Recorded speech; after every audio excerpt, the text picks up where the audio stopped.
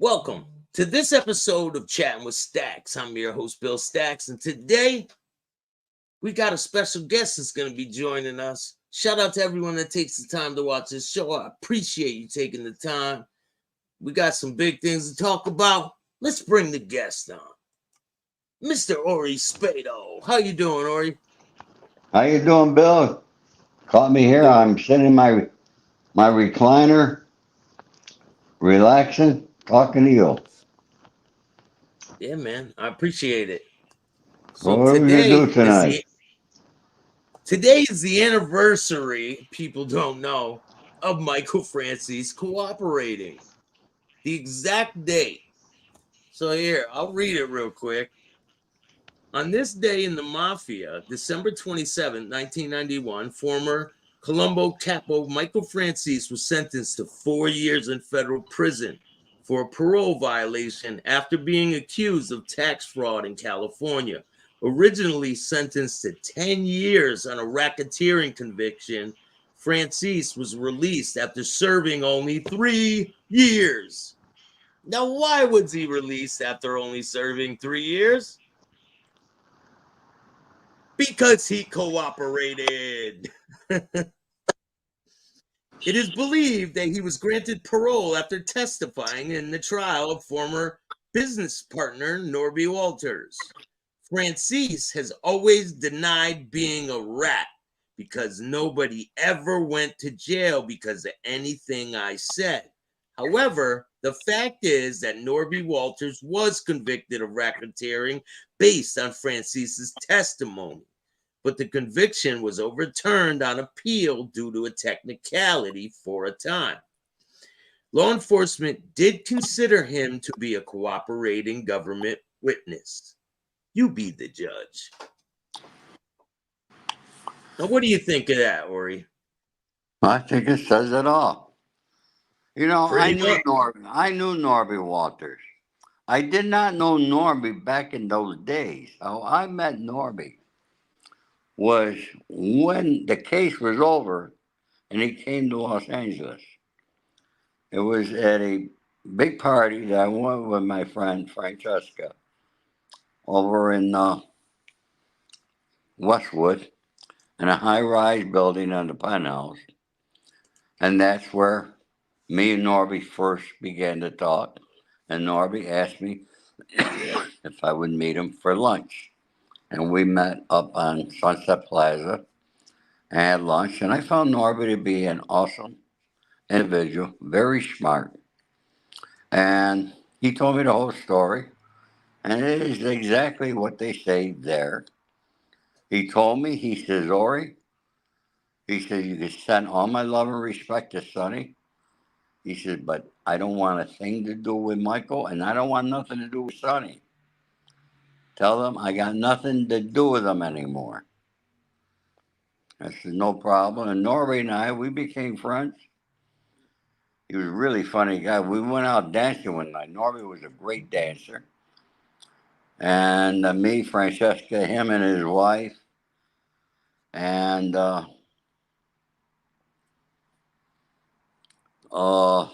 two other couples. And when Francesca and I left, because it was a weekday and we had things to do the next day, I figured out my end of the bill was $100, so I gave Norby 100. Said, I'll see you. The next day, Norby calls me up. He said, "What's your address?" I said, "What do you need my address for?" He said, "I got to send you a check." I said, "Norby, what do you got to send me a check for?"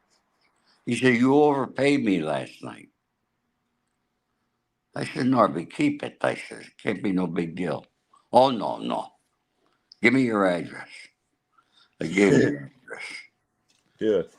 He sent me a check. This is how precise he was. $7, I think it was 41 cents. Why would he do that? He sent you That's a how it check for was. $7? Yeah. I said, holy fuck, I laughed my ass off when I got that check.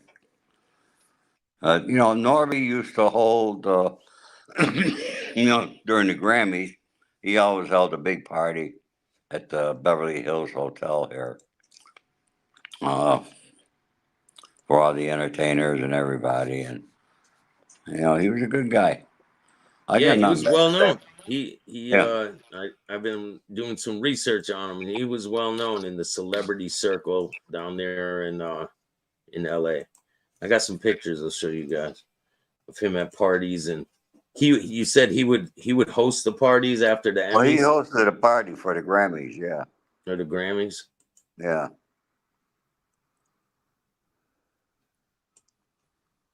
Every year. So what he didn't like Michael, huh? Well,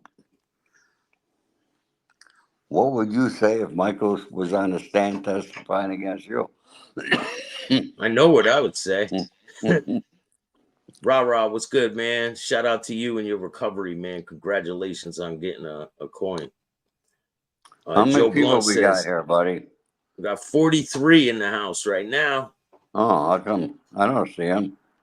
No, it'll keep going up. Everyone on here, make sure you go check out Stories with Ori on YouTube. I'll put a link in the description of this video.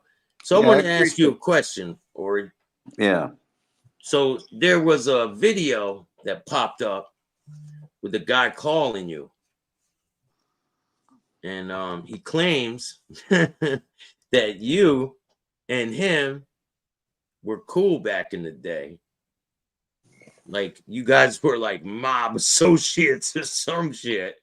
I don't know if you know, but he put the video on the internet of him calling you. I don't know what he would do that for, but this guy Tony Pizza. I don't know who the fuck he is. All right, tell you the story that I know of Tony Pizza. He called me up maybe a year ago or something like that there. I don't know how the fuck he got my number. And it's like these guys got the same fucking story. They met me back at a club in New York and they remember me. And, and I was with Sonny. And look, I was in a million freaking places with Sonny. You think I remember everybody I met? It's impossible. You have no idea what a day with Sonny was like and how many restaurants we would be in and how many meetings we had in the course of a day. But, I try to be nice to people. Yeah. I didn't know this guy was a broken down homeless guy. And then all of a sudden he called me the other day, last week, whenever that was. I didn't know what the fuck he's calling me.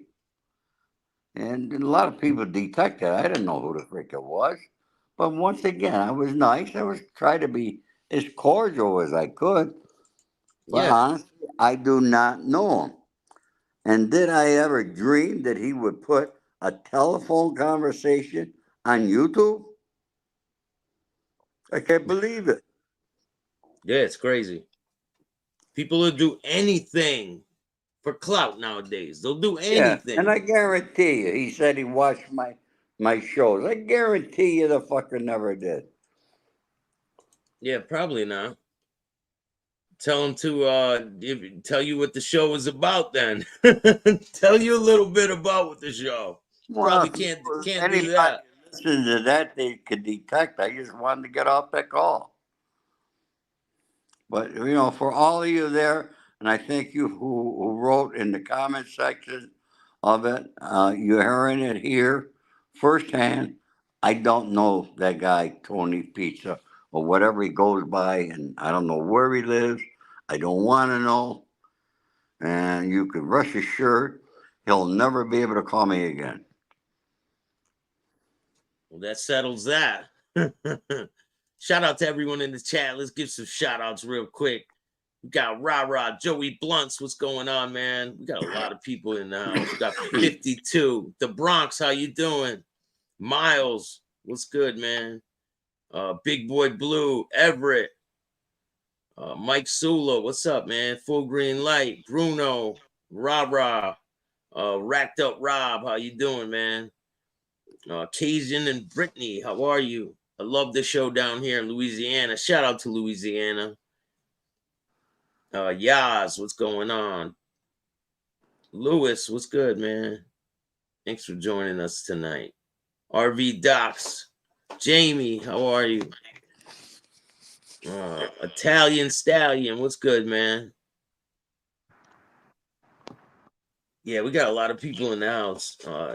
J Dams, what's good, man? Pizza's a mental case, dog abuser. Yeah, he was on video hitting that dog. That was terrible shit, man.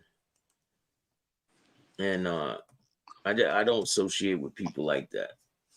You know, people with negative things in their life. I didn't know he was a dog abuser. I would have fucking killed him for that. Yeah, terrible shit. He's always got the cops on him and all kinds of shit. People always coming after him. I don't associate with people like that. If he's got the cops there all the time, then he's got to be a real nut job. But he's always moving around. He can't stay in one place because all these people are after him. I can't understand why anybody be after him. Why would they waste their time? Because he's abusing the dog, probably. They're trying to save the dog, man. You know? That's a big thing. Yeah, it's like, that's terrible. You don't hit a defenseless dog, and there's a video of it, man. Hey, I want to ask you a question. Is there anybody here from Los Angeles? By any chance? Anybody in the chat from Los Angeles? Hey, did you know this? This Gypsy Blanchard, her name is, I think. She's getting out of prison on Thursday, man. She's the one that had her boyfriend kill her mom. She's being released from prison on Thursday. How many years she do? I could check. I think around 12. For killing her mother? Yep. What were the circumstances? So her mother had that Munchausen syndrome, where she served 8 years in prison. So her mother had like Munchausen syndrome, where she would always make her daughter be sick, like, you know, make her be in a wheelchair, make her take medicine, made her get all these operations. She always like thought that she was sick, so she would like play the doctors for sympathy from other people. She would get donations, and eventually she started developing into a young woman.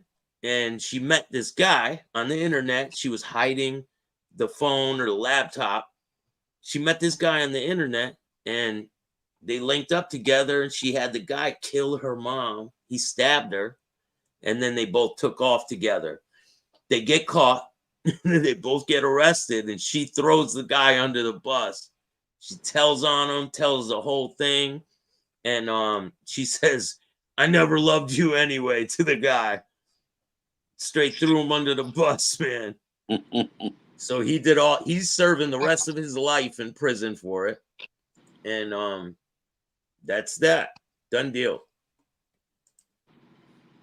I love the context. I love the content, Staxx. Thank you, Everett. Appreciate it. Is anyone in here from LA? I don't think so. She looks like a psycho. Smash that like button. We got people from Australia in here. Pepperoni pizza face. Crimey TV. What's going on? So I got a video for you guys. A lot of these mafia rats, right? They get tangled up in their little web that they weave. Now check this video out.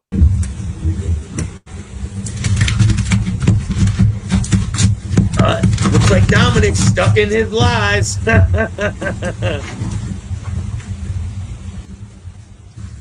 Look, here comes Gene Barillo. A-Light's coming out next.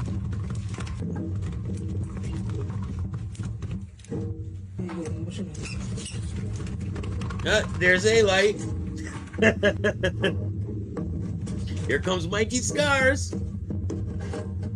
and the rest of them. They get caught up in their lies, man.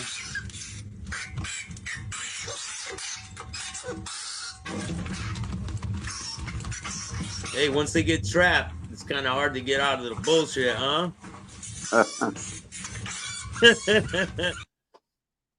Don't be a mob rat. Stand on business, man. If you're a gangster, be a gangster till the end. Don't be a fucking mob rat. The one thing, the reason why I don't like these people and why I even do this show is because of the way they act. They are not reformed. They're not helping people. They're not, none of that. And they come on here and they lie and they bullshit. You know? Yeah, Mike, I do think it's funny shit. You gotta think this is some funny shit. Like so. Get one occasionally, but they get trapped. Stag bundles, baby, my man. So there's been a recent sighting, right? Of two of these mafia rats together, cohorting together. Now, if you were a changed man, right? Would you be cohorting with other mafia rats? Let's check it out. Hey, look, they're having a party together. We got Dum Dum, the Donkey Dominic, with his over fucking size suit. And then you got the Puppet Master. I think Mikey Scars looks like he has a puppet up his ass. He looks like one of those guys from the from that fucking the Muppets, doesn't he?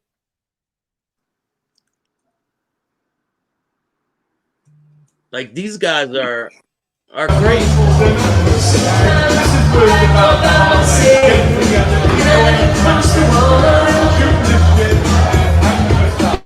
He said, this is what it's about in the holiday, being around good people, bunch of fucking mafia rats.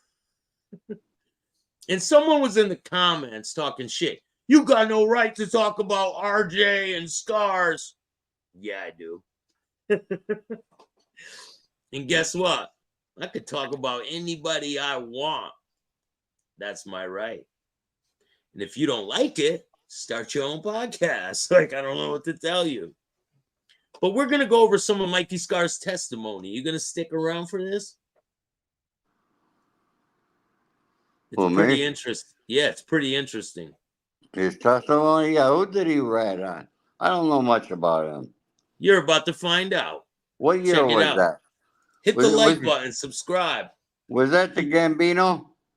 Yeah, he testified. He was best friends with Junior Gotti. He was best friends with him, right? You want to hear something funny? So RJ Rogers does a video the other day. He's got a box, right? He opens the box. There's a watch in the box. He's like, oh, Mikey Scars, you're one of my best friends. You gave me a watch. It's timeless. Oh, our yeah, the guy that our friendship. The guy our that friendship is timeless. Bottle watch. Yeah, he gave him a bottle watch. Our friendship is timeless. Did he give a watch to Junior Gotti too? How many of those 89 mobsters did he give a watch to? I just want to know. What year did he inform? Was it around 2008, 2009? I think so. Oh, so that's when, because all the Gambino, there was, Phil got busted. Same time as we did with the Colombo family. 2002. 2002? That's what it says. Mikey Scars gets repaid for informing. What?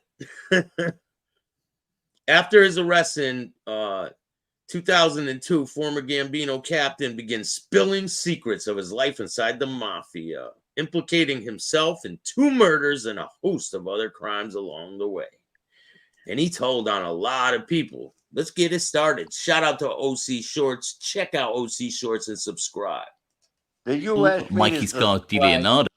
What? Did you ask me to subscribe? No, I'm telling the people that are watching. Oh.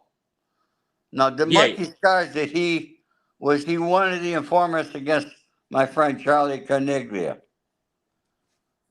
I think this was after that. No, it had to be before, if you say 2002. No, I think he informed. I'm not sure, man. They'll say it right now. They name off all the people he informed on. So let's check it out. Became a government witness. His testimonies and the information that he provided put more mobsters behind bars than famous Mafia informant Sammy the Bull Gravano. Let's check it out. Make sure you go subscribe to OC Shorts. Scars is a super rat, a wolf in sheep's clothing. Welcome to OC Shorts, bringing you detailed historical snapshots of the American Mafia and other organised crime. Feel free to subscribe if you like that sort of thing. Today, we're going to take a quick look at how Gambino crime family captain Mikey Scars de Leonardo was a more effective government witness than Sammy the Bull Gravano. This video is not a judgment on the actions of anyone mentioned. It is purely a historical account of what transpired. But this video is a judgment on all his actions. Make sure you know that. This is a judgment on all his actions. Not that video, but this one is. Gambino captain Michael de Leonardo was arrested on June 20th, 2002 on various racketeering charges which included murder and extortion. He would eventually agree to become a government witness towards the end of that year. After nearly a decade of cooperation, he was due to be sentenced for his crimes on September 9th, 2011. A decade. He was informing for a decade. 10 years, man. Let's review the government's official memorandum for Mikey Scars' sentencing, which included all of the trials that either de Leonardo's information or testimonies were used in, and the mobsters that were sentenced as a result. The legal document starts as follows. Preliminary statement. Michael de Leonardo's cooperation over the past 9 years has been nothing short of historic. Because of de Leonardo's cooperation, over 80 Mafia leaders, members and associates have been held accountable for their crimes. As discussed in more detail below, de Leonardo's cooperation has led to the indictment and conviction of mobsters of every rank. Over 24 Mafia leaders, bosses, acting bosses, administration members, consiglieri and captains, and many more soldiers and associates.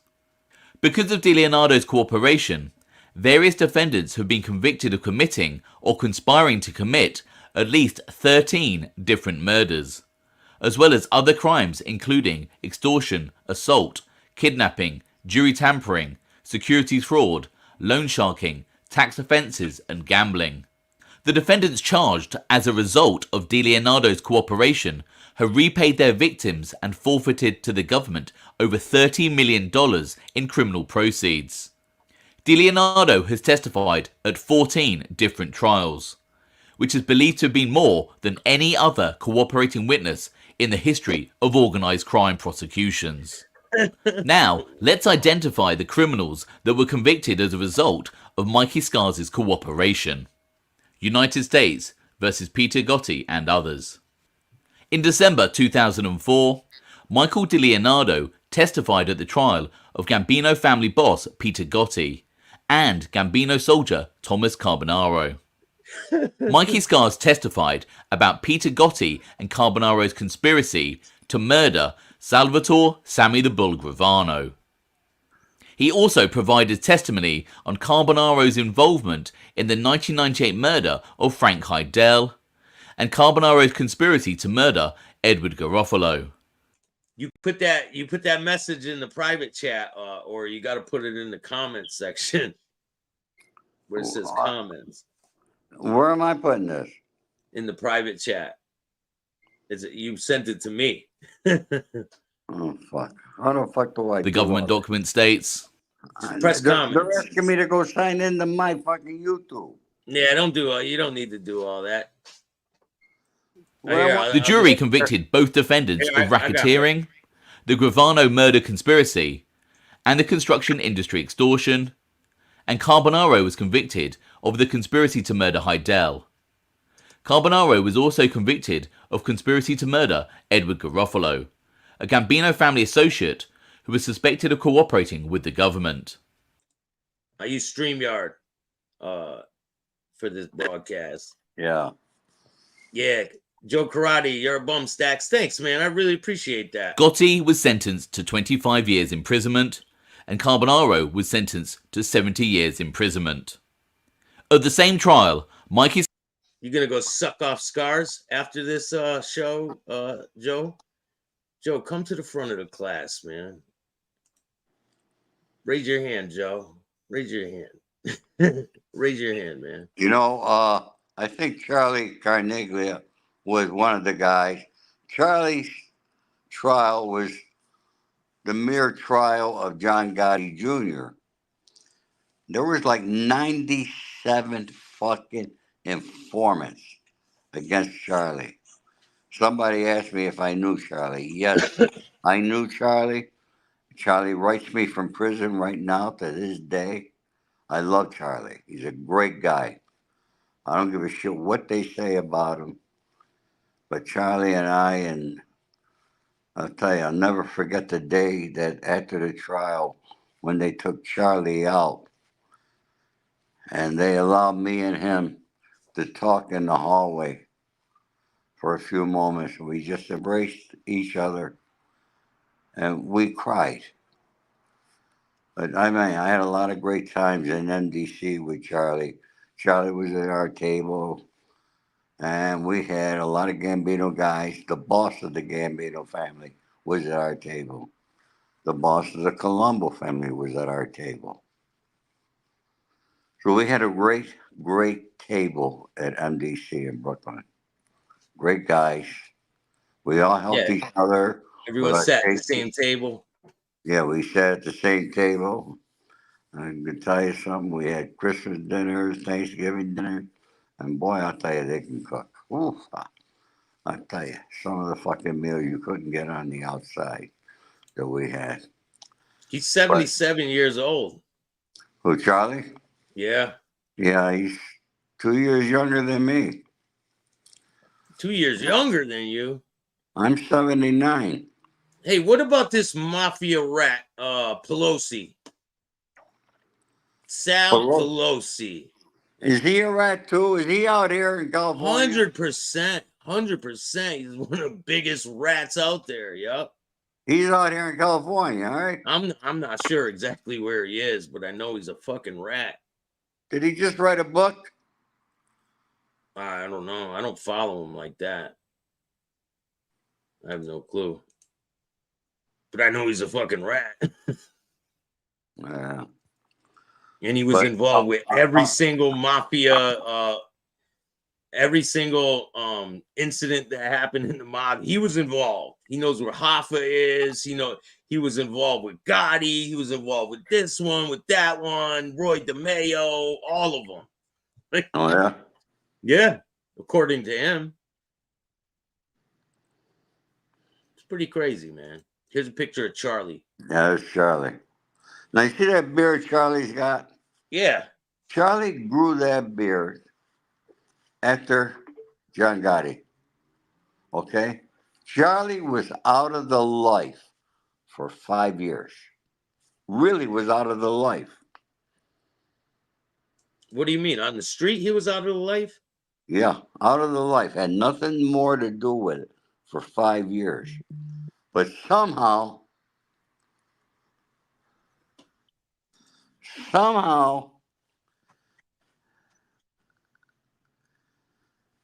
they wrangled him in on that indictment. There was 50-something Gambino guys. And because there were so many, I think the judge was Judge Winston, the oldest judge on the bench. And he made them all made the U.S. attorney get fucking deals out, okay, plea deals to get rid of them in the courtroom. It would have been a big fucking courtroom. Charlie's the one who got the worst deal of it all. He got life plus 40. And I know Johnny A. Light was one of the informants. He is one of the biggest scumbags out there, man. Yeah. He brags about like how big of a gangster he is, how tough he is. Telling on people doesn't make you tough, man. Like, they should all crawl back into their hole, man. All of them. Well, you know, I gotta be honest with you. You know, all this YouTube shit is good, but it's really unfortunate that all the informants got the biggest fucking numbers. No, that's changing, man.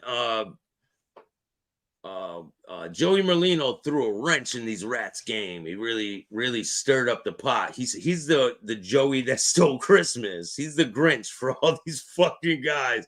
Merry fucking Christmas to you, rats. You got some competition, and he's blowing right past all of them. And they're mad about it. Let's check it out. Fucking midget Mafia, Joey Merlino got something to say about me. Joey, you're 4'2". I see you in Tampa, I'll slap you around. Okay, you're the boss of 3 guys, the Philadelphia Mafia. If you actually be a member in your family, I'd rather be a Latin king. Okay? To the door. I did this to the door. I pushed the door in.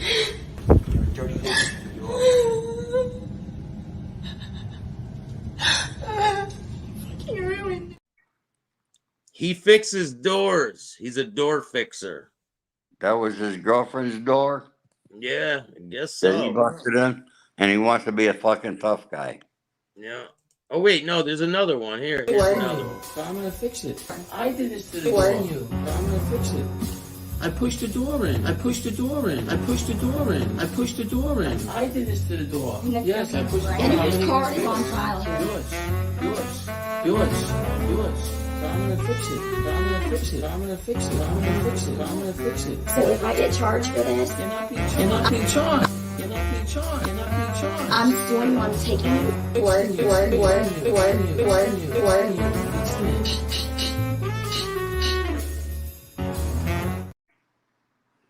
That's door number 5. There's only like 5 videos of him kicking doors in. But he only assaults women. It's pretty crazy. I don't know. He said if he ever sees Joey Merlino around down in Florida, he's gonna slap him around. He's gonna do whatever he wants. Like, he's going on other people's shows, threatening people.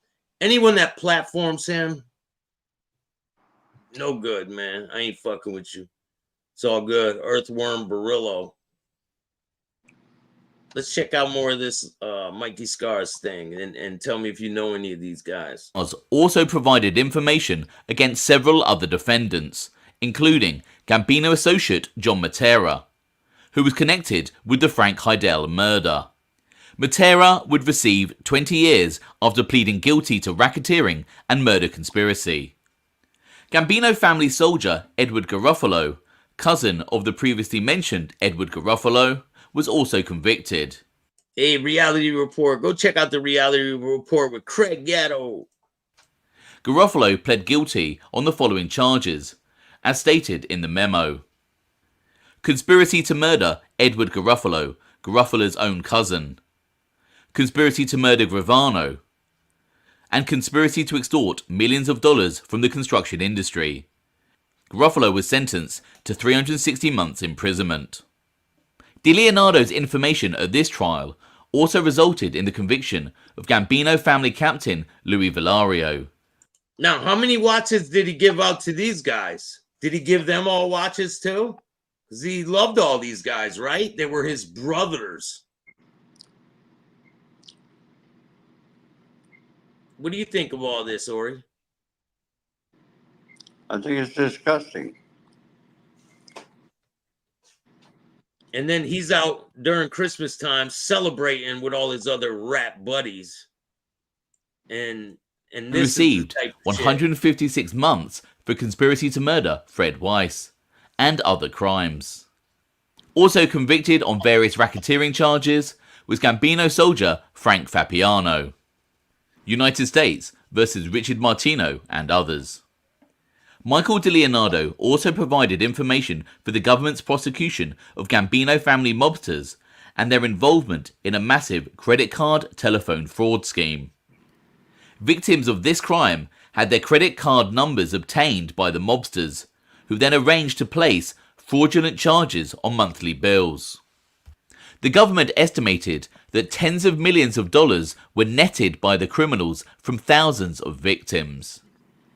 Salvatore Licasio, a Gambino captain, received a 30-month sentence. Andrew Campos, a Gambino captain, was sentenced to 21 months. Richard Martino, a Gambino soldier, was sentenced to 108 months. And Zef Mustafa, a Gambino associate, 108 months. What is that? 12 years, something like that. Isn't 90 months like 9 years or something, right? Well, 9 years is 108 months. 108. Yeah, I think it's like 70, right? Yeah, keep going with it. These sound like all the guys that got arrested at the same time we did. Yeah. was sentenced to 48 months. United States versus John A. Gotti and others. In 2005 and 2006, Mikey Scars testified in 3 trials involving John A. Gotti, the son of former boss John Gotti. In the first trial, the defendants were Michael Iannotti, a Gambino soldier, along with Louis Mariani, an associate, as well as former acting boss Junior Gotti. The government's memorandum states, Of course, Andy. The jury convicted Iannotti of racketeering conspiracy, which resulted in a sentence of 20 years imprisonment. Judge Scheindlin specifically found at sentencing that Iannotti had shot Curtis Sliwa during a 1992 attack, as DiLeonardo had testified. The jury convicted Mariani of racketeering and securities fraud, which resulted in a sentence of 78 months imprisonment. The jury acquitted Gotti of securities fraud and hung with respect of all other counts against him. In the following 2 trials against John A. Gotti in 2006, Mikey Scars testified about Gotti's involvement in the assault on Curtis Sliwa, construction industry extortion, and loan sharking.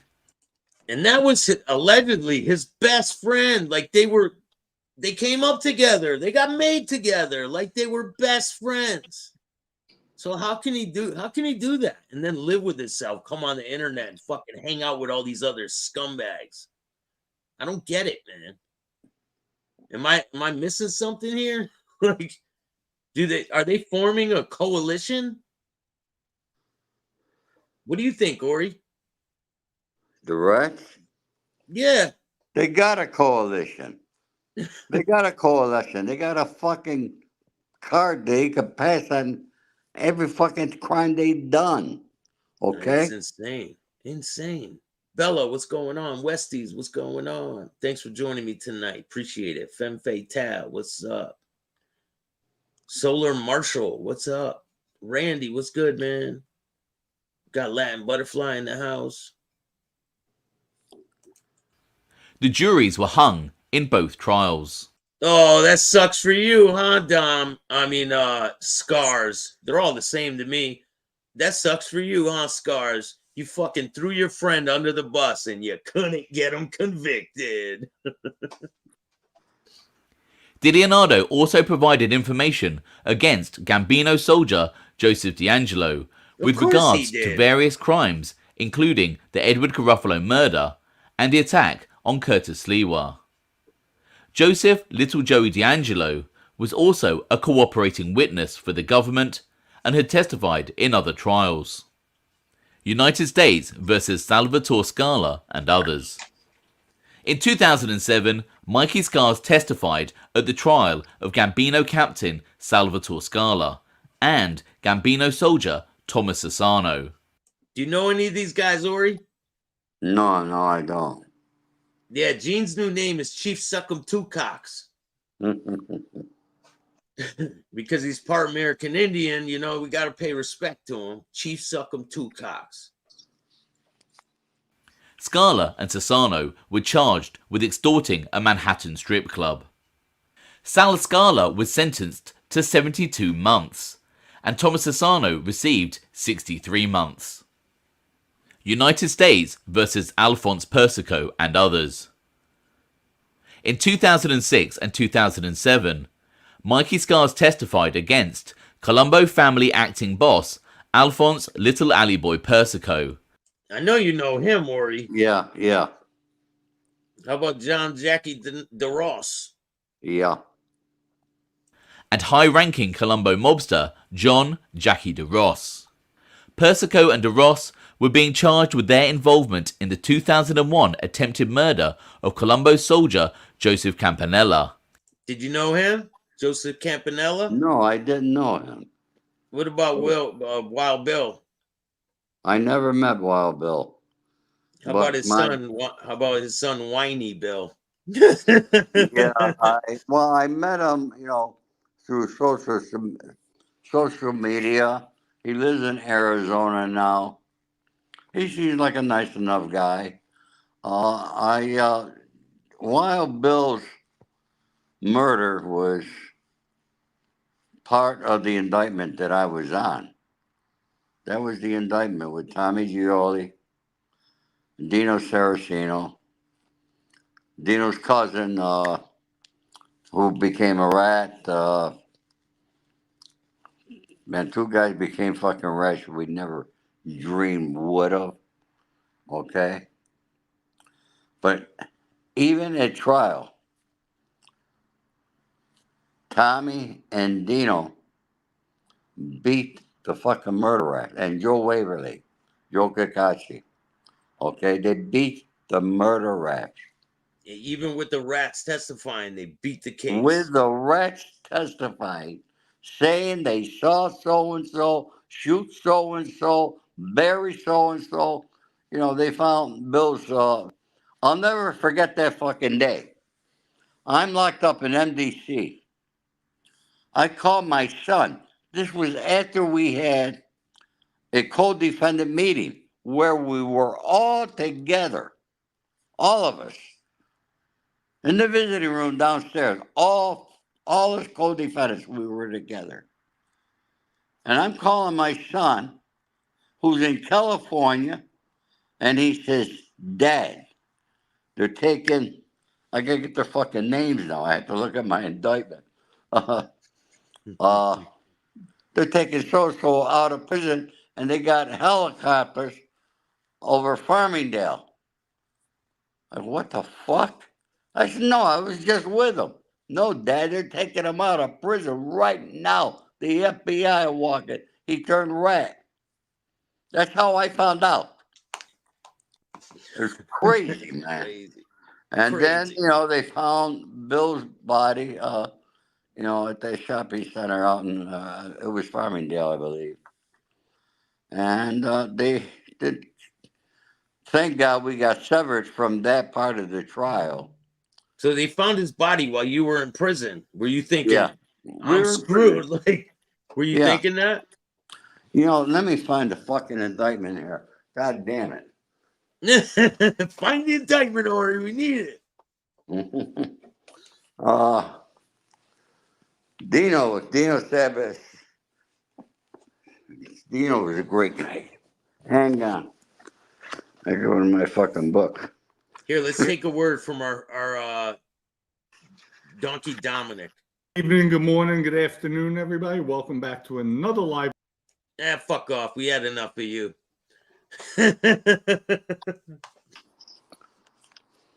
Oh, man. The Department of Justice.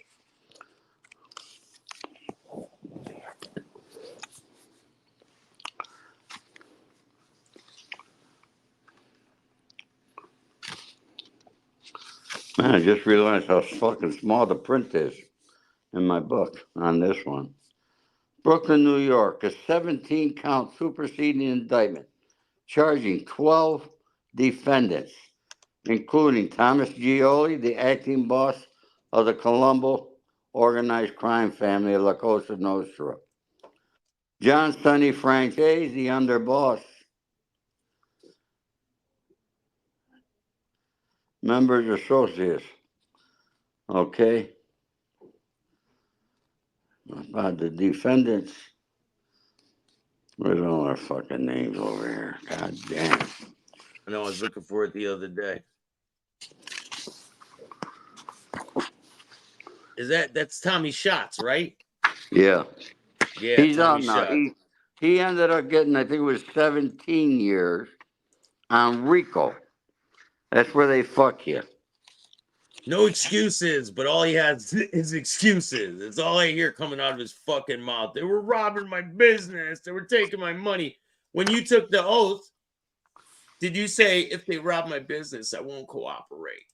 If they take my business and my money, I'm not going to testify. Did he say that when he was taking the oath? No, he didn't. He said he would protect that oath over his own family. And he betrayed him because that's the kind of guy he is. You know, now you got all these trustworthy friends. So make sure you put your whole life on the line with him. I'm sure it'll work out for you. This is Tommy Shots. That's Tommy, yeah. Tommy was funnier now, yeah. Yeah. Oh, man. Well, we were sitting right there at the fucking table one night when he had a stroke and they had to take him out. And he ended up living all the way till now? He ended up living. He's a diabetic. He had a stroke in prison, okay? But he's a strong motherfucker. And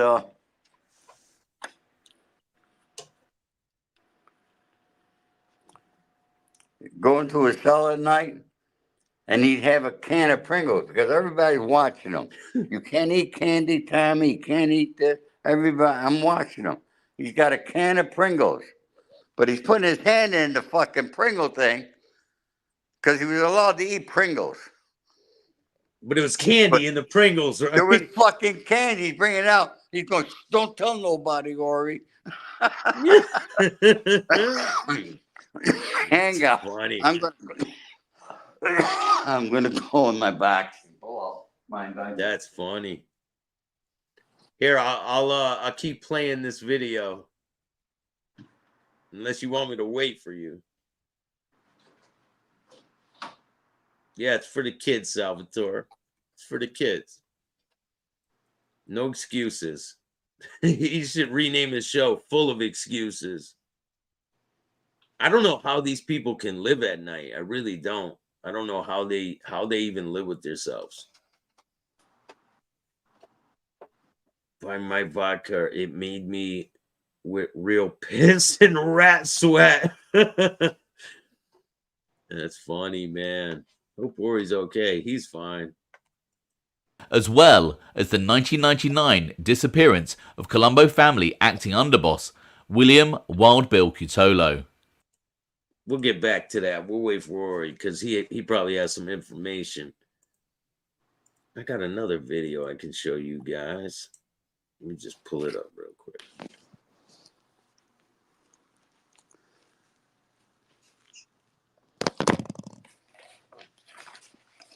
So there's some new videos of Scammy out there. Who? Scammy the Bull. Talking his regular You ended up doing bullshit. 18 years. 17 years, 7 months, almost 18 years. Almost Yes, you're 18. right. Now, when you first go to prison, you think that the mafia is going to kill you. On the first time, yeah. Yeah. And you were prepared for this. The first time. Yeah. So you become cool with some of the other gangs. Sammy the Bum Bandit. Sammy the Bottom Bull. The Aryan Brotherhood and the Mexican La Familia. Let me correct something real quick. Sammy the Bull was not cool with the Aryan Brotherhood. He got a tattoo from a dropout from the Aryan Brotherhood that put the Aryan Brotherhood stamp on him. So, like, process that in your mind real quick. Sammy the Bull's in a WITSEC unit, and he gets the Aryan Brotherhood stamp on him. What the fuck? Yeah, Staxx. that's not a little fishy. Yeah, I'm not sure about that. Haven't seen him post any videos lately. Who knows? Maybe his past caught up with him. Who the fuck knows? Sammy in a storefront. He's having sleepovers in his storefront. Bill Yeah, let's Staxx, check I'm out. only doing this for you and your people. I'm going through my fucking box of all my court papers here. I appreciate it, Ori. I fucking hate this shit. I know it's kind of like explaining how to upload a video to you on YouTube. Gets frustrating, no, it's like all don't it? this paperwork, man. And I tell you, tons of it. And you have no idea how much I threw out. So if you guys don't know, I got an interview coming up on Friday that I'm dropping with a Peni. If you guys don't know who that is, a Peni skinhead from California prison. And I did an interview with him. I'm going to be dropping that on Friday. I haven't released it. It's been a while. So I'm going to drop the link right there in the chat if you guys want to check it out. If you guys want to donate to the show, you can hit up the Cash App at Chattin with Staxx. I appreciate every single dollar that comes through. I put the money into the show and we help the community. So if you want to help me, help them, help you, help me, you can hit up Cash App, PayPal, Venmo, Super Stickers, Super Chat, And Zelle, indictment. all that good stuff. What do you use that shit as a pillow, Ori, at night? The indictment? Yeah. We had so many superseding indictments. It was fucking crazy. You should see all the paperwork on the indictments from the Boston guys. Insane. Whole room full of shit. Whole room full of paperwork and videos and tapes and all kinds of shit. A lot of people don't know, but I'm working on a documentary from about Boston. Shout out to Gigi.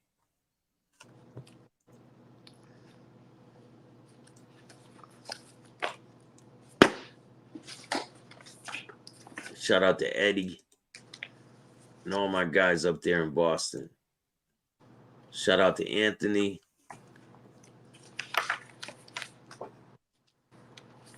From North End Stories. Go check out North End Stories too. He's got a great channel. I spent a lot of time up there in Boston. I had a lot of fun up there. What are you doing for New Year's Eve, Ori? Same thing I do every year. I What's watch that? the ball go down in New York City and I go to bed.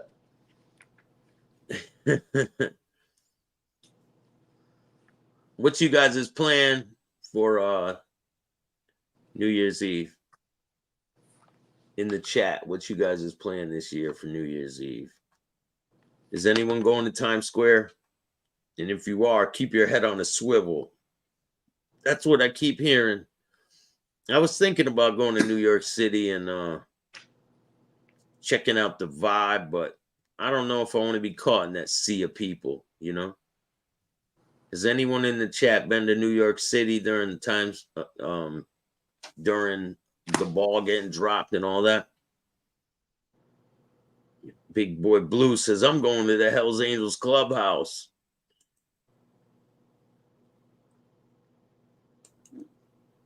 Latin Butterfly says, Montu Memes was giving him sloppy toppies. What? David Smith, what's going on? Miles says, no, I wish. Joe Blunts, I hang out with my parents because they're getting old. And I watch the Honeymooners. That's cool, man. I remember one year when I was a young kid, right? I remember one year my stepfather made me go to a Whalers game with him. I wanted to go out with my friends. I was young. I was like 11 or something. And he made me go to this hockey game. And I was so pissed off because I wanted to go hang out with my friends. And, you know, back then I was like full force involved with the trouble and drama.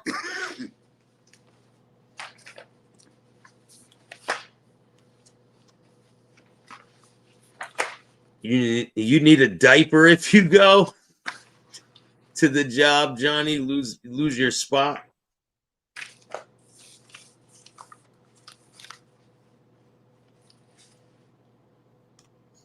Yeah, everyone's sitting there watching the ball drop. Everyone's freezing, right? Usually it's raining out or something. And then ball drops, everyone's like, what do we do now? Everyone just leaves. And it's so crowded, you can't leave. So you just sit in the city until like early in the morning. New York, 1985, ball dropped on Sammy's chin.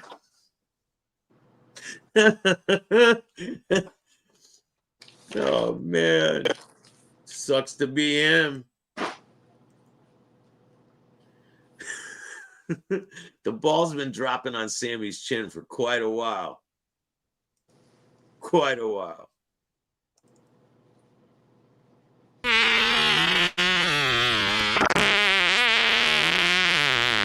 Excuse me. Huh? You to suck my dick like I done before. Okay? Uh-uh.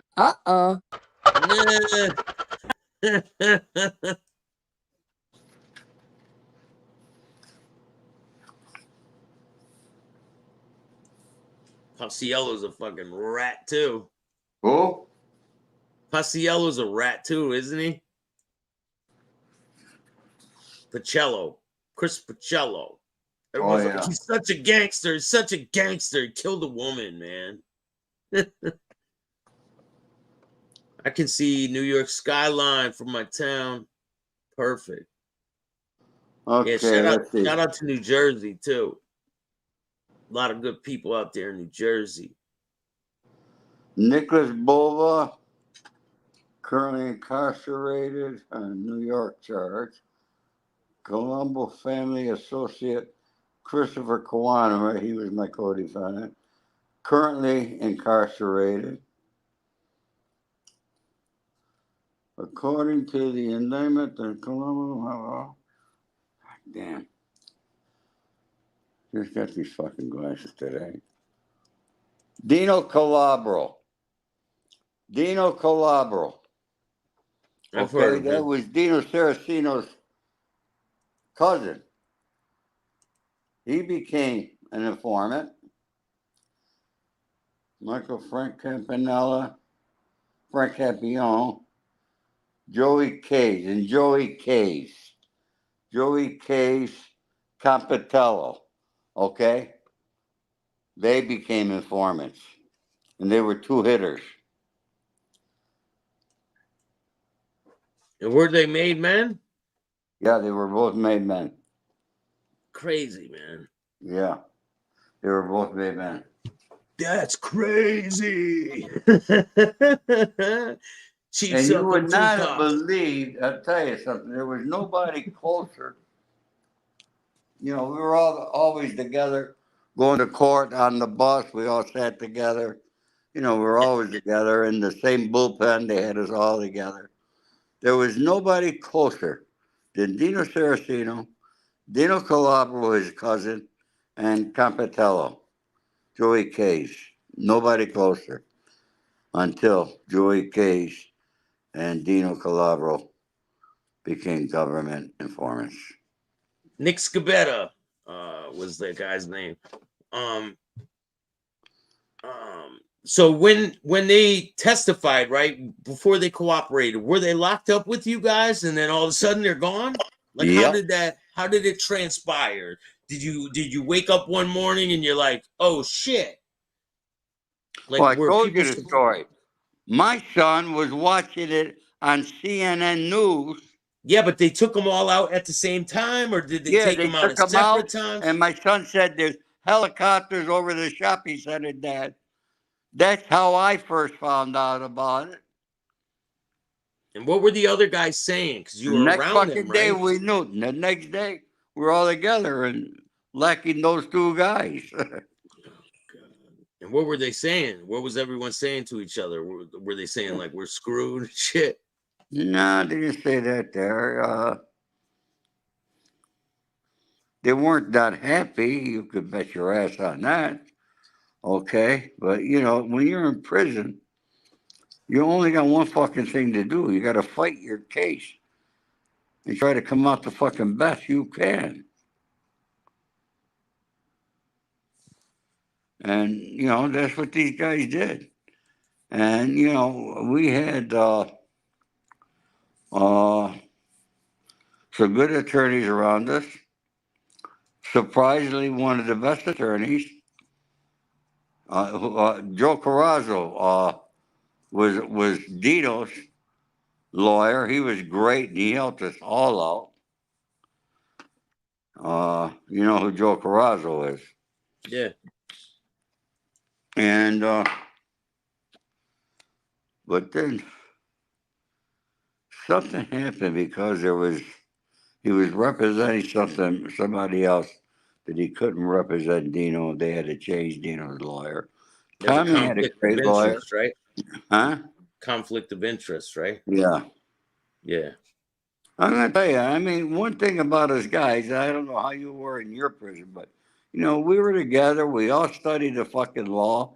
We helped each other with motions, and you know, that's what we did.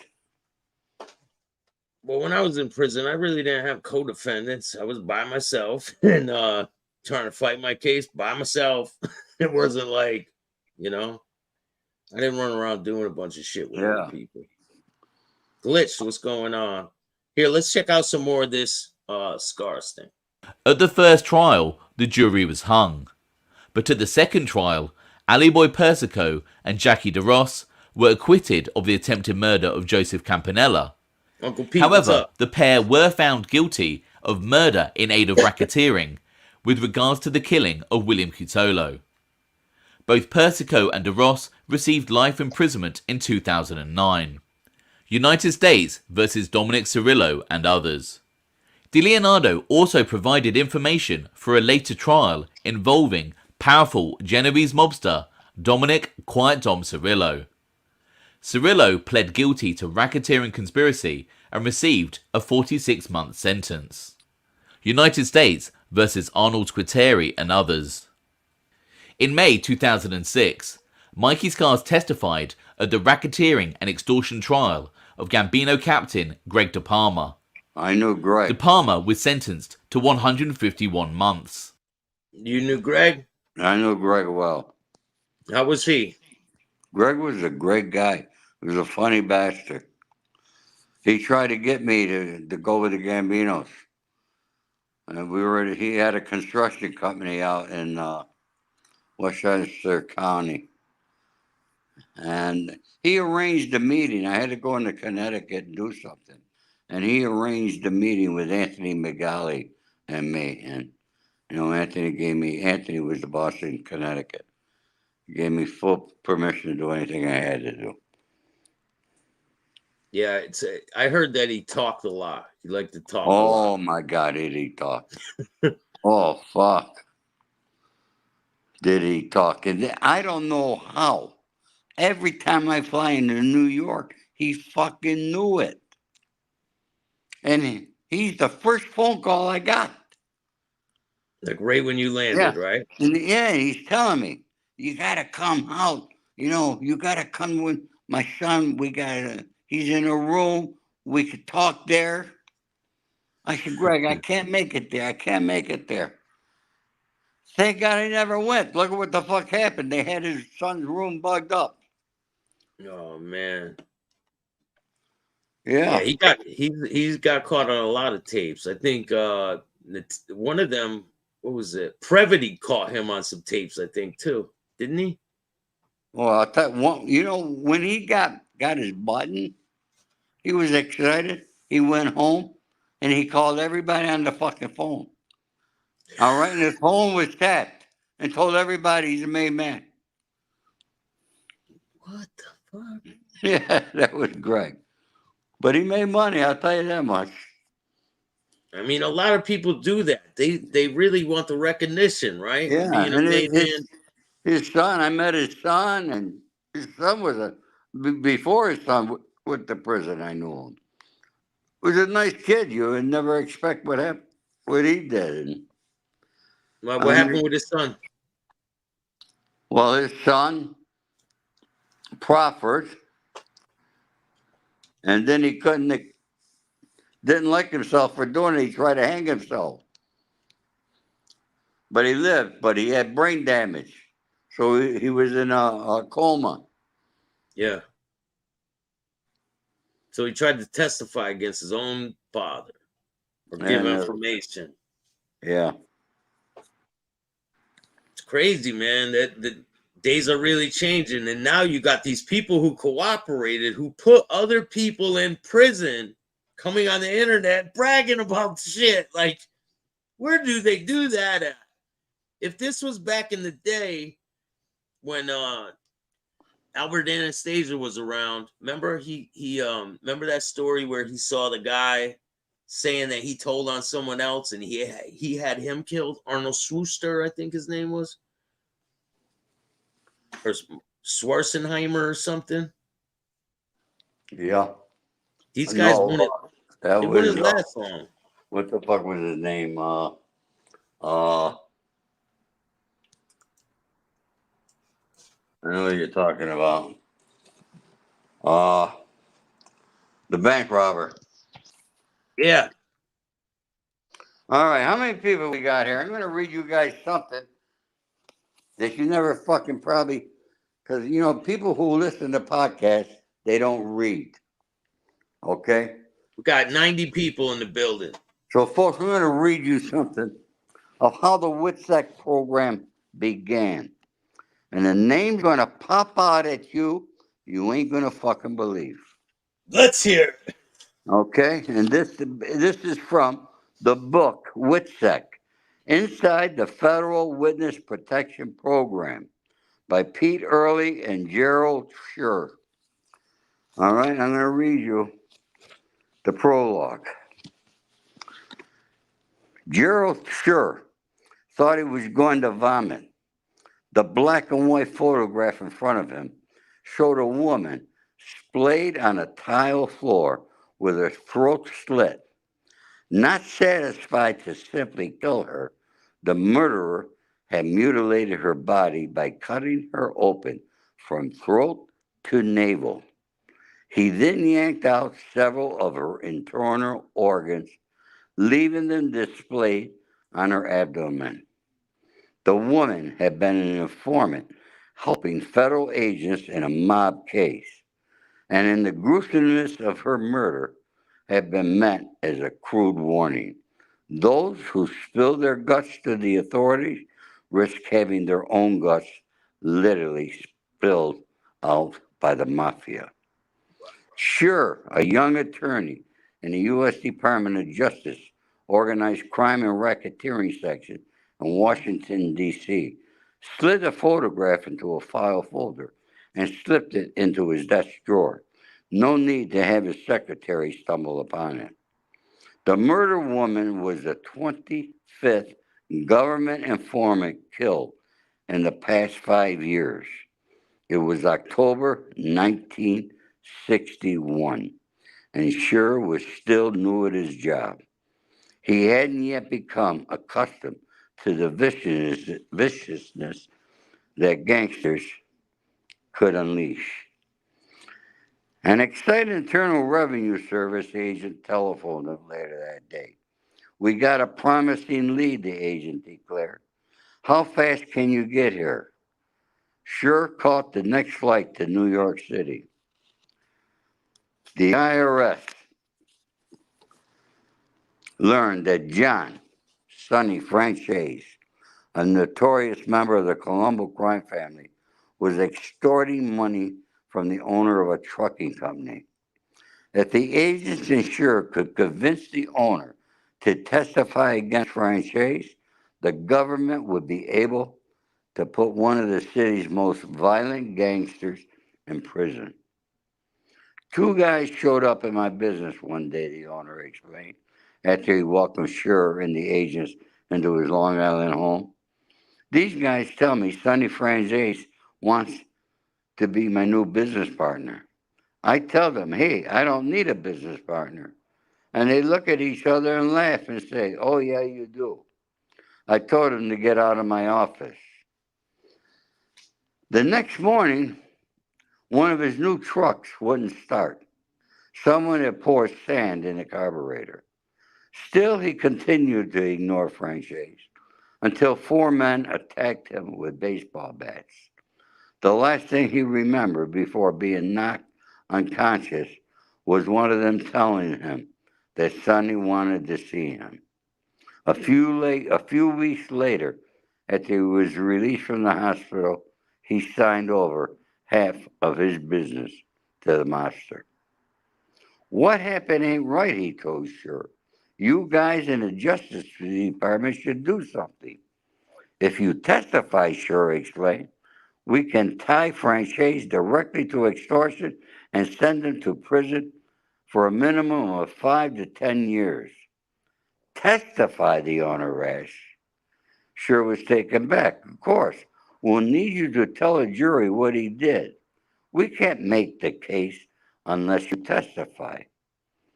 I thought just telling you would be enough, he replied. The mob will kill me and my entire family if I testify. No way am I speaking out against Sonny Franzese. I'd rather pull up stakes and move to Florida. Suppose we put him in jail right away. I mean tonight. What about tomorrow when he gets out? You don't really have a choice, Sure warned. Sonny Franzese is going to bleed your business to death. He'll destroy it and ruin your reputation. But nothing Sure or the agent said could sway him. During the car ride back to Manhattan, Sure fumed. There's got to be a way to get witnesses to testify against the mob. Would you? Asked one of the agents in the car. The question made him think. What if he had been the trucking company owner? What if his wife and his family had been the ones at risk? He thought about the photograph of the dead woman and the frozen look of terror on her face. What would happen? The government to do what would convince him to risk his life and the lives of his wife, his son, and his daughter to testify against the mob.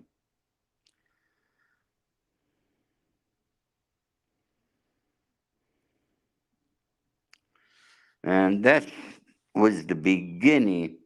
This guy did not testify against Sonny, but this is the guy who began the WITSEC program.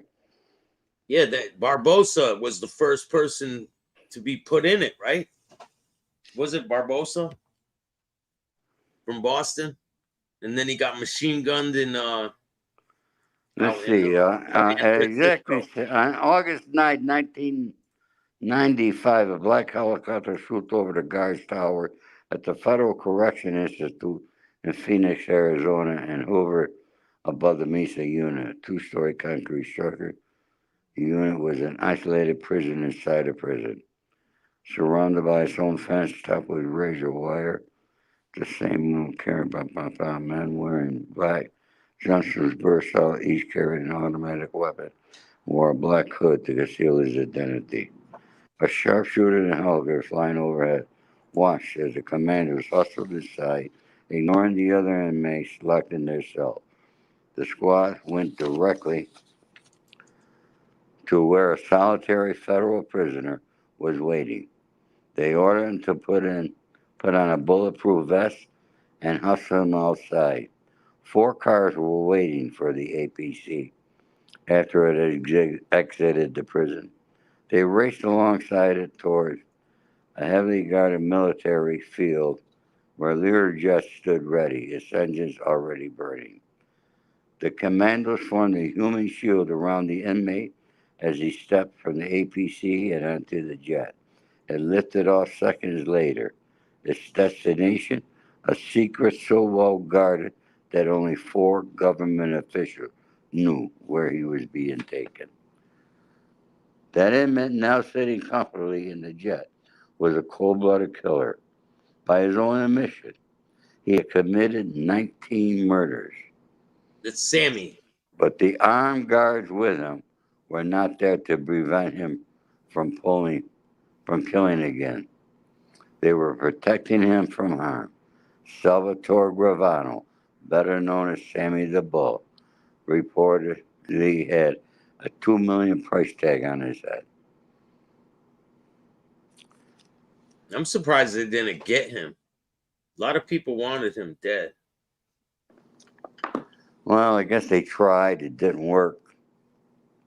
The first person in the witness protection program was Barbosa, although in history of government informants, the predictability froggy Barbosa is widely called the first person in American history to go into the witness protection program. Despite the danger, Barbosa loved the fame that came with being a mob celebrity, and he was eager to keep testifying at Mafia trials, but he was murdered in San Francisco by machine gun.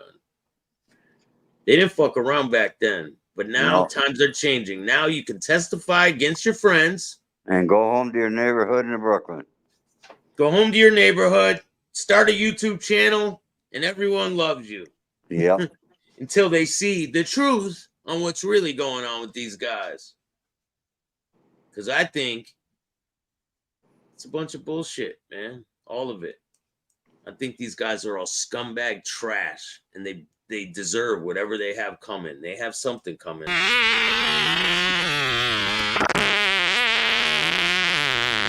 Excuse me. Because they're full of shit. Well, look, I hope that I helped to provide some good information to you folks this evening. I want to thank Bill for having me here. Definitely. And welcome here anytime, Ori. What I give you folks is good, right, the truth, and informative information. And I don't like rats. And I don't talk bad about nobody. And I'm going to keep that method with me until the day I die. Don't worry, I'll talk bad about him. It's okay. I'll talk bad about him. Bill could do the talking bad, and I'll just give you the ammunition and where to go. I listen. There's people. Talk about rats. Let's set aside the rats, and let's go with these people that call themselves mob historians. They actually infuriate me more than mob rats. Because at least the mob rats know a little bit about the fucking life. Yeah. Okay?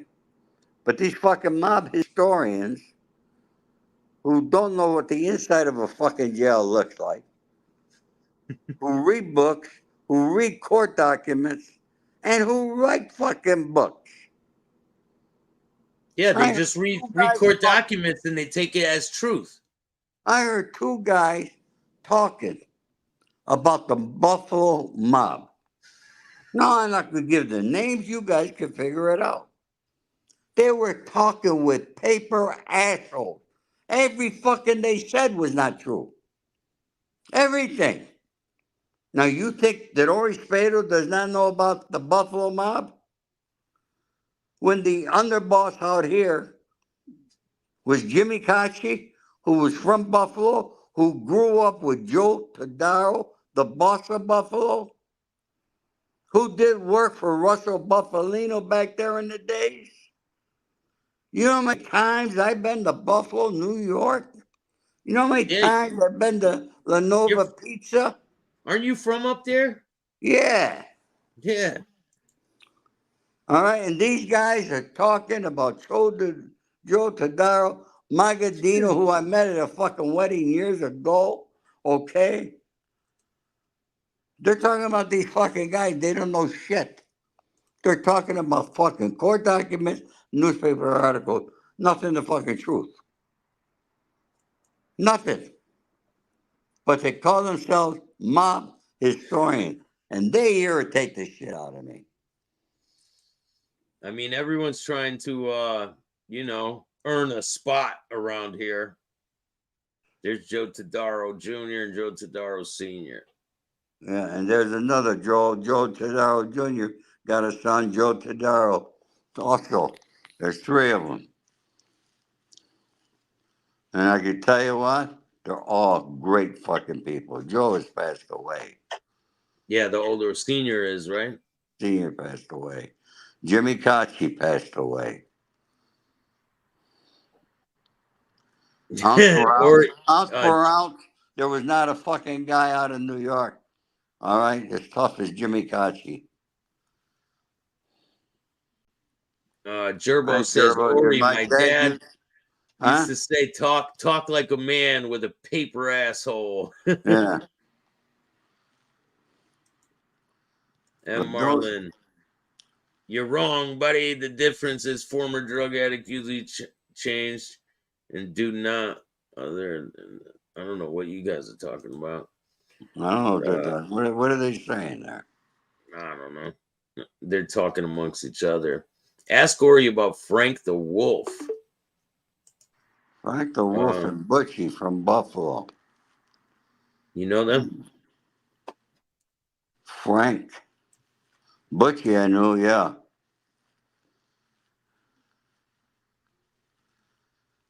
I've been in Buffalo. Yeah? Yeah, I've been to Rochester, New York. Shout out to Chad Marks. I've never been around that area of the country. Before that, I've only been to Niagara Falls. I went to Niagara Falls and I went to the part over the border where the casino is with the restaurant and shit. Yeah, I've been there. I went to Ripley's Believe It or Not. Believe it or not. I've been there in 2001 I went there. But I was just in Buffalo probably 6 months ago. When's the last time you were there, Ori? Oh, fucking been. When Charlie Kashi passed away, yeah, he went by the name of Bobby Milano. He was a singer. They lived in Palm Springs. He was married to Keely Smith, was Jimmy Kashi's brother. And before he died, I made a promise. He was laying on his bed in the desert, and he was worried about his brother Jimmy. And I said, Charlie, don't worry about Jimmy. I will take care of Jimmy. I will watch him. Don't worry.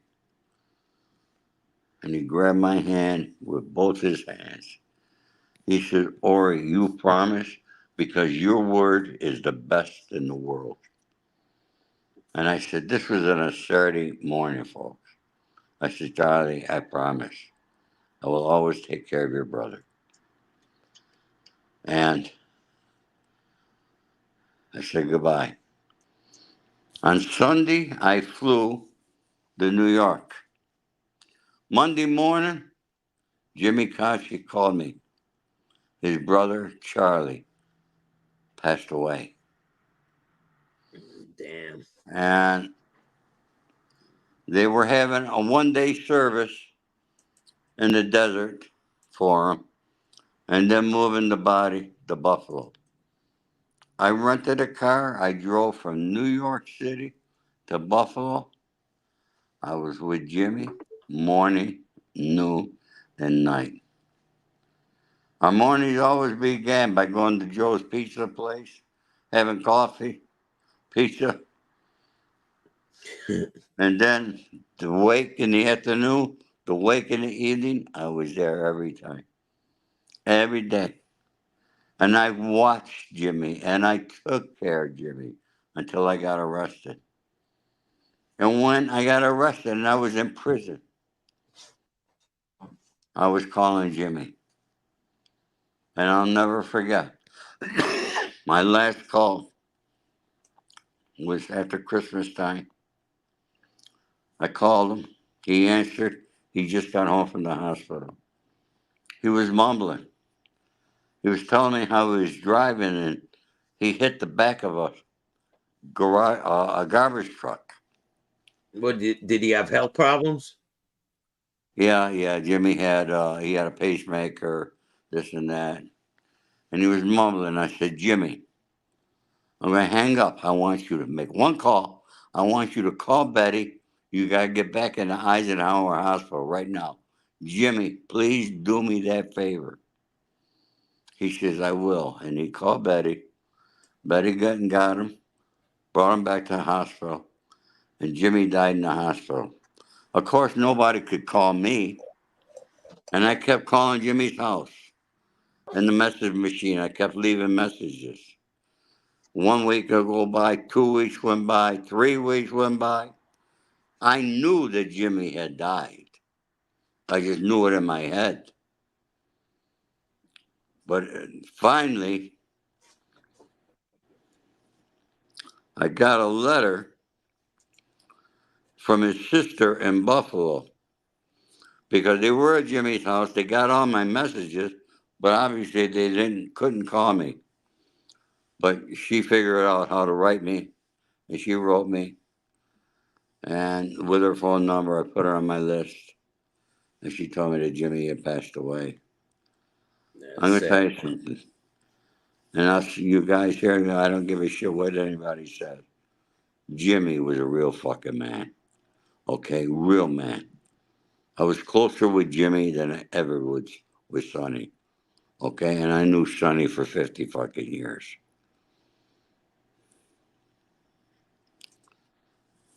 Ori, what do you think of this homeless guy, Pizza, that claims to be a gangster? He says he was on an indictment with you. Wait, what? What fucking indictment? You know how many indictments I've had in my lifetime? And his name hasn't been on one of them. Well, there you have it, folks. There you have it, Dave. You got your You answer. guys are corresponding with him. I don't know. What's this guy? Any chance you knew my Blaze, Uncle Uncle Blaze, last name. Was from Buffalo. Moved to LA when LA and Buffalo joined forces. Long time ago. Blaze. The name sounds familiar, my friend. I knew Stevie Sino, you know, he was our guy in Vegas.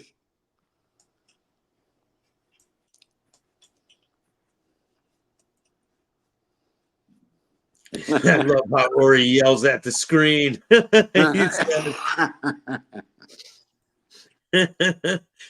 Sean says, I love seeing Ori yell at the screen. On one of the videos we did, you're like, Bill, when I see you, I'm gonna fucking beat the shit out of you. It was funny. It started like that. Yeah. Bill, this was fun. Thank you. Yeah, man. And Yeah, no thank doubt. everybody. You know, I'm going to say good night to you all. All my love and respect to you. And have Blaze Caruso. Yes. Caruso, I know that name. Yep. Thank you, Dirty Harry. A great name. I just watched that movie again, Dirty Harry. Yeah, I haven't seen that movie in forever. Yeah. Hey, everybody, have a happy new year, okay? God bless you all. Thank you for joining us. And please do me a favor. All right, it's not a big one. I'm not asking for money. Just go to my Stories with Ori and please subscribe to my channel. Help me out here. Thank you. God bless you all. Take care. Yeah, Bye-bye. subscribe to him and give me the money. All right? So All just right. subscribe to him, give me the money. Thanks, Ori. I'll give you a call. Thank you. All right. Yeah, Bye-bye. no problem, man. Thank you all for joining me tonight. I appreciate it. I think it was a pretty good show. If you guys like this content, hit the like button, subscribe, hit the notification bell so you can get my videos every time they drop.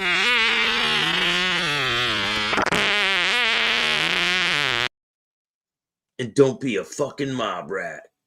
And if you don't like this video, start your own podcast. I appreciate all you guys, and I'll see you tomorrow. Big thing coming. And remember, don't be a bitch.